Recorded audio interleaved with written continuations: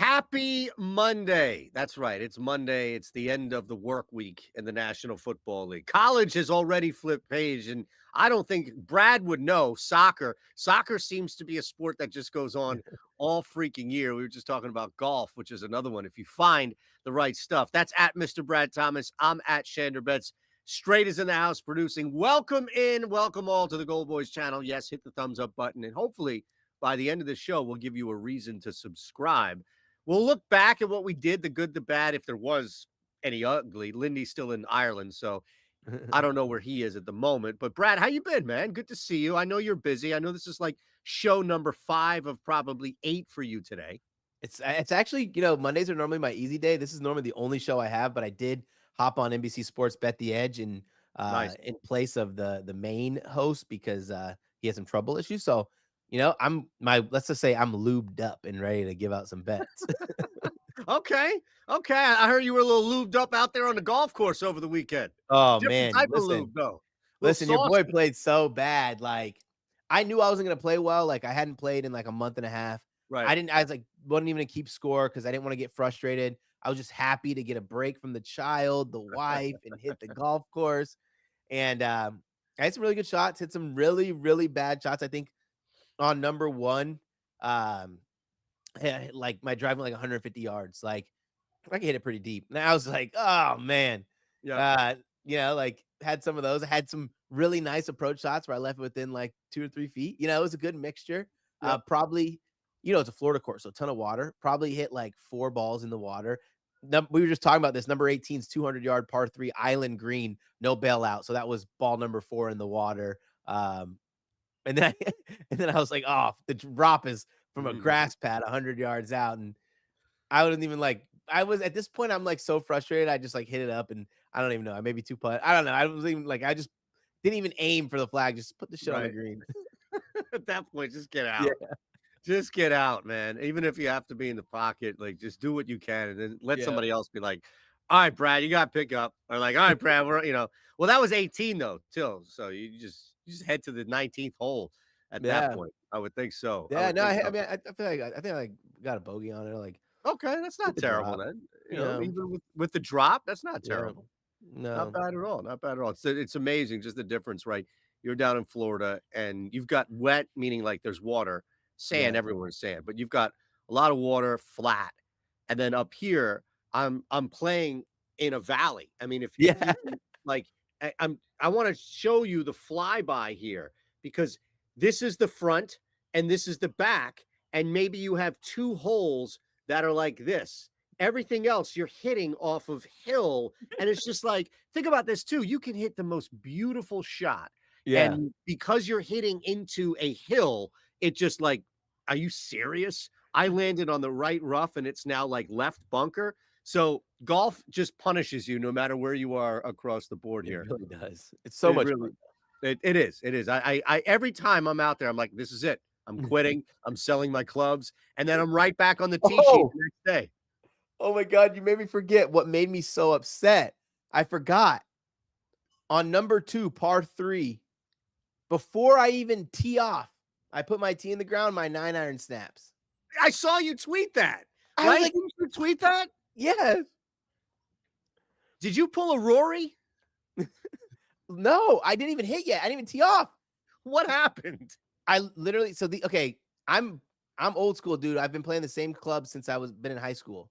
The same irons, the woods and drivers, putters, wedges are all different. I guess it just had its time, like little bit of pressure of putting the tee in, and I was like, I think it was like 150, and I was like hitting 9-iron. I was like, okay, nice little butter 9-iron in.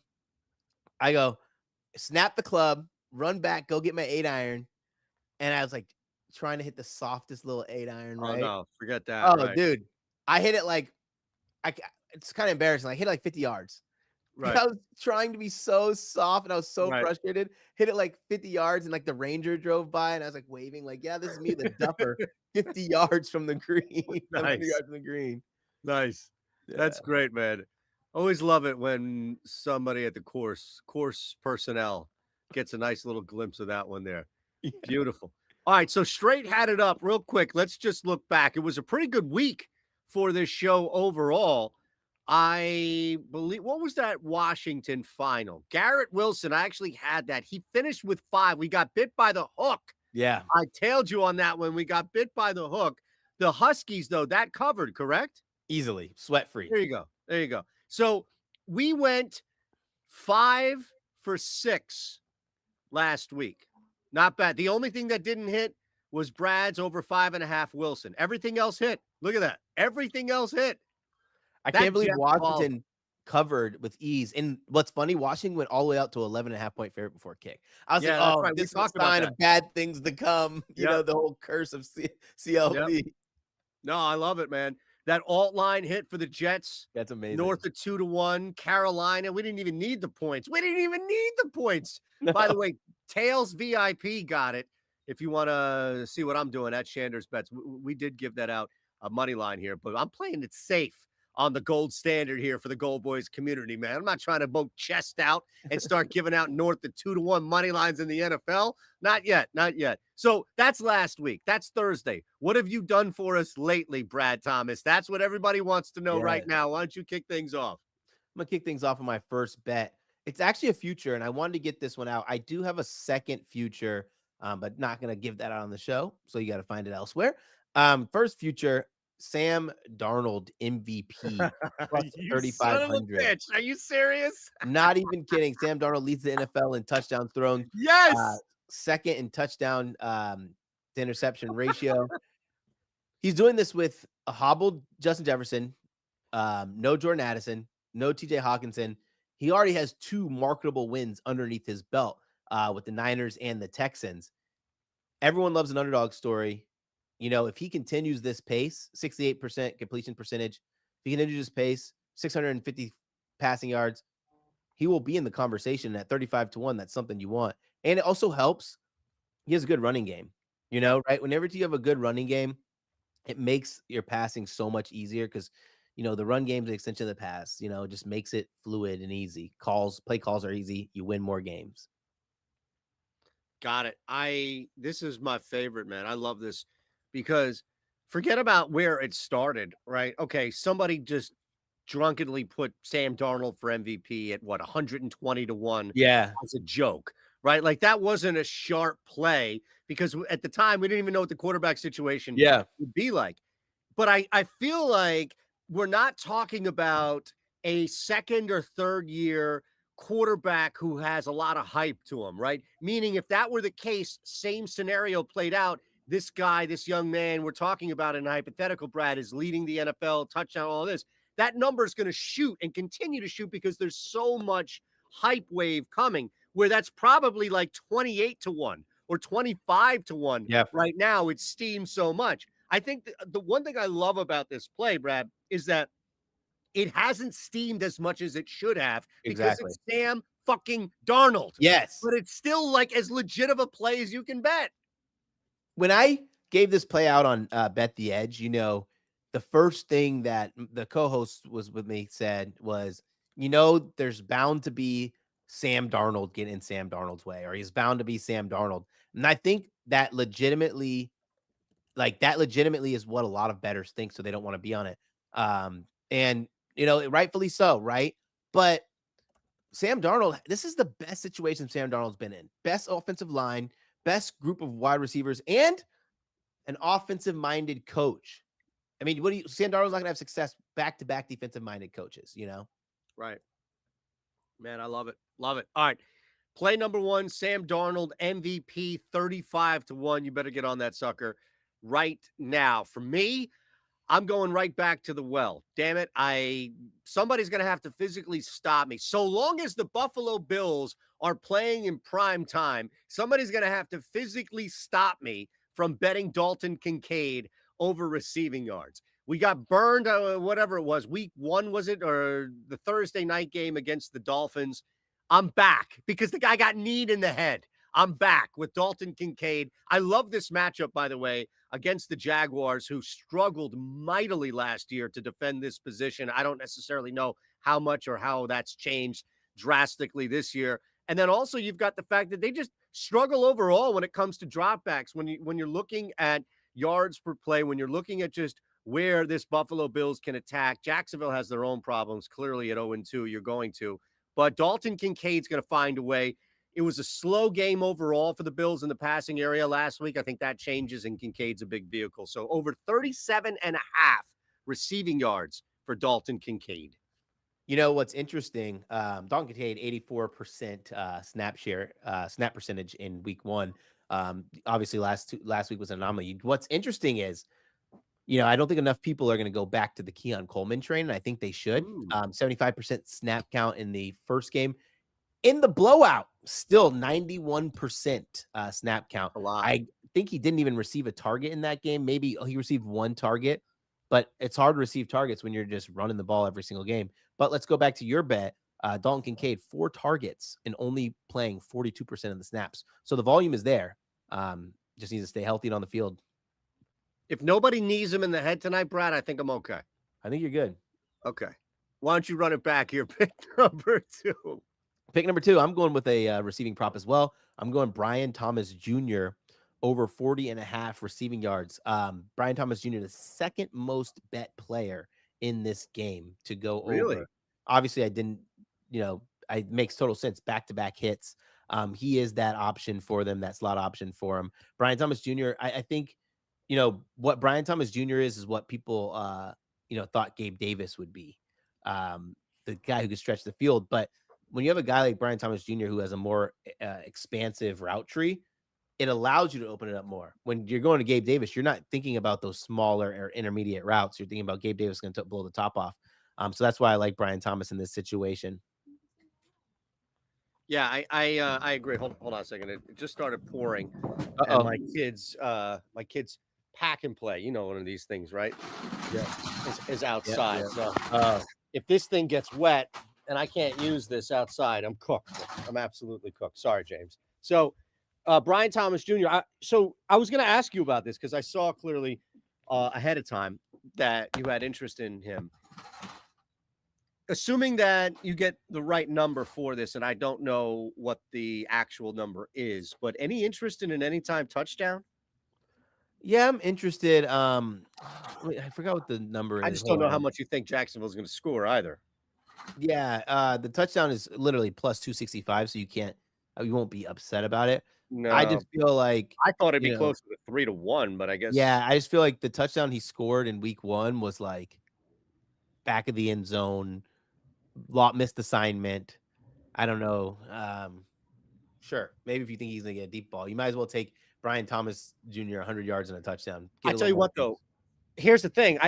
What's his longest reception? You're not going to get as well. You're not going to get as good odds clearly as an anytime touchdown, but I would bet that over an anytime touchdown. Now that I think his longest reception is 21.5, 18.5. Okay. Obviously, he's hit that in back-to-back games. Right. I'm with that. All right. Play number 2 coming up for me here, and then we'll let you know about what's going on. This great opportunity for you to jump in at both BetMGM and GoldBoys.com. Terry McLaurin is the clear-cut number 1 receiver for the Washington Commanders. That's without a doubt, right? I think you start to look around and see, well, where else can these targets go to? In a game that I actually think Washington is going to be a little, maybe not massively, Brad, but a little more active in the air game than people think. It's not just going to be handing things over to in the backfield. I think is an easy way, right? But I also don't necessarily believe that Brian Robinson is just going to have 1,000 yards or 50 carries tonight. But with that said, trying to find an angle for a number that doesn't necessarily reflect the amount of times that a guy could be targeted. Noah Brown's anytime touchdown is 6-1. And I think that's worth a quarter of a unit here because he could, dare I say easily, slide into a number 2 target share. That's all I'm looking for, right? Like Terry McLaurin, great. Who else is going to get the rock from a receiving standpoint, right?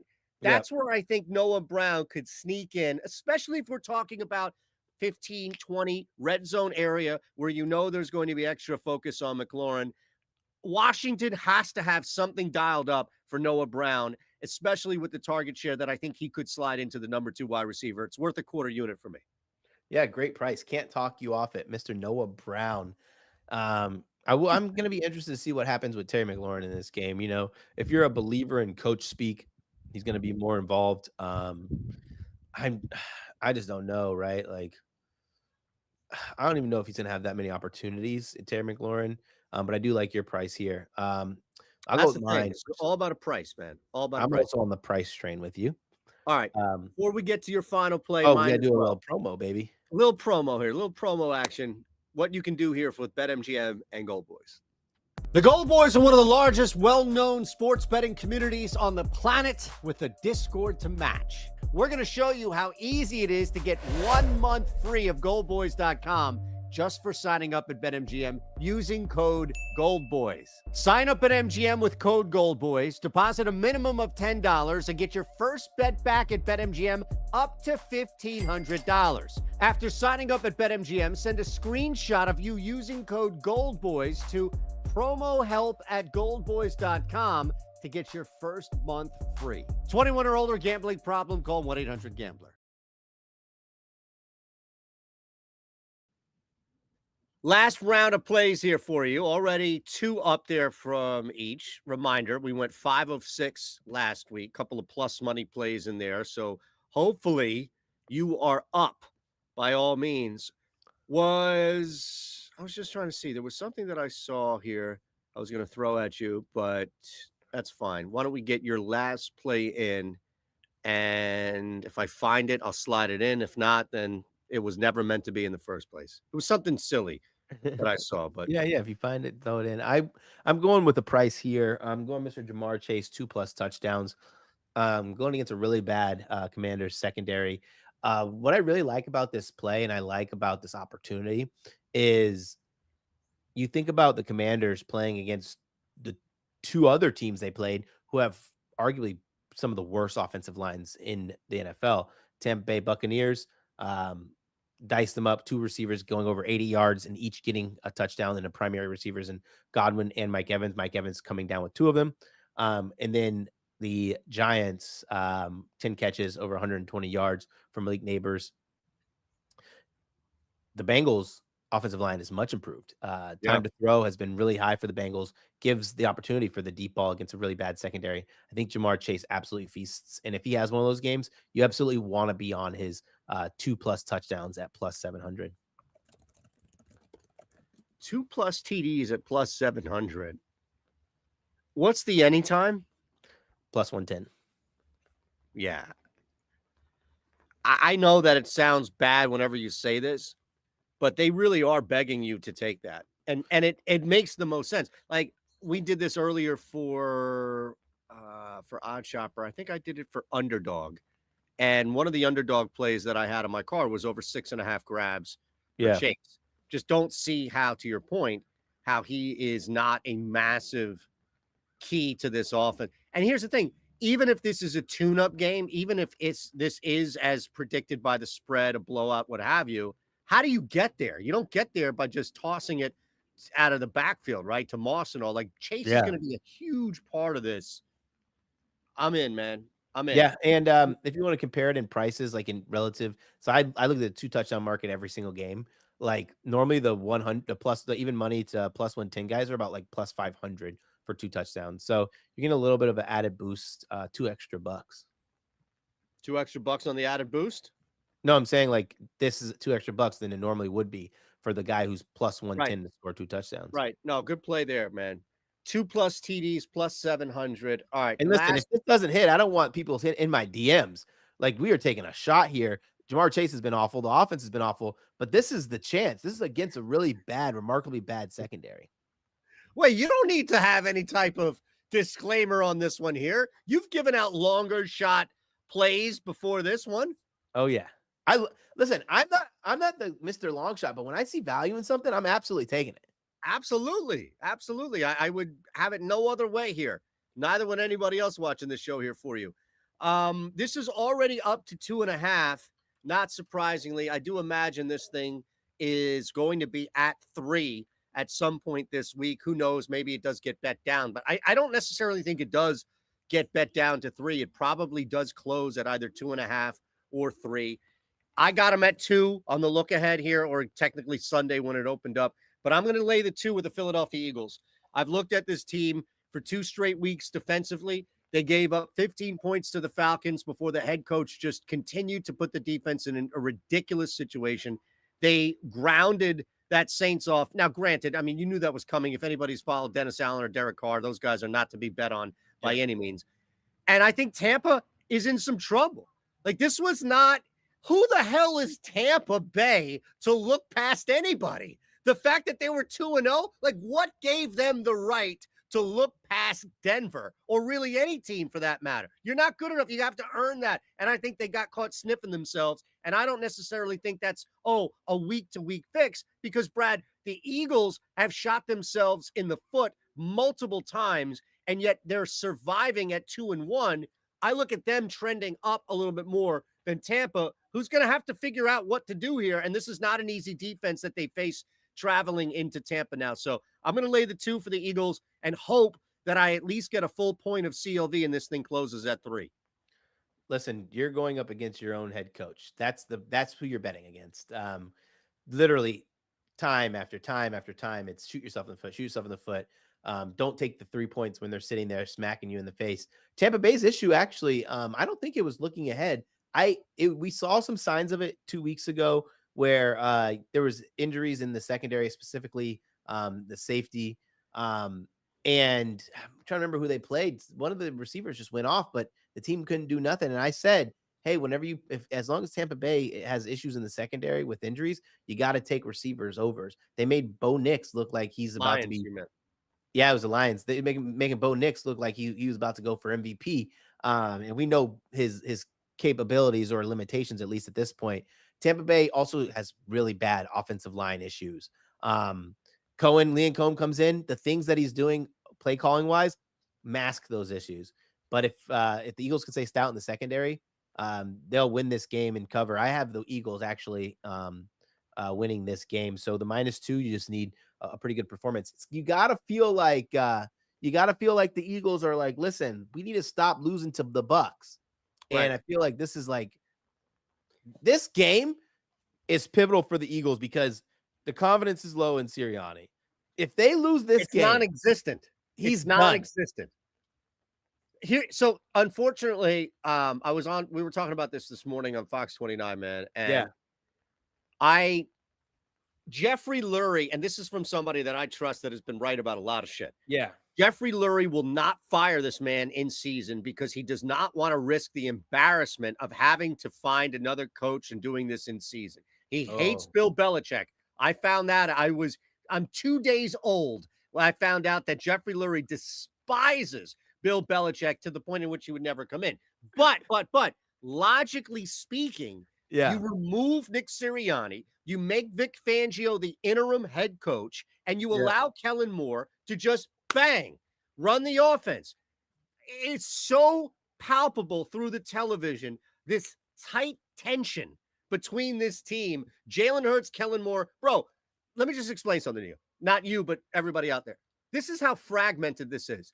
Nick Sirianni decides whether or not the team goes for it on 4th down. Kellen Moore decides what play to call on 4th down. The only way that shit works is if it's either the same person doing it or if these two people are like Siamese twins joined at the hip and have the ability to know exactly what they're thinking. Yep. Nick Sirianni and Kellen Moore are not that. They are not joined at the hip. Ugh. Yep, I agree. It's over. Bad. It's bad. It's sad. It's sad. It's sad. It's my football team, man. All right.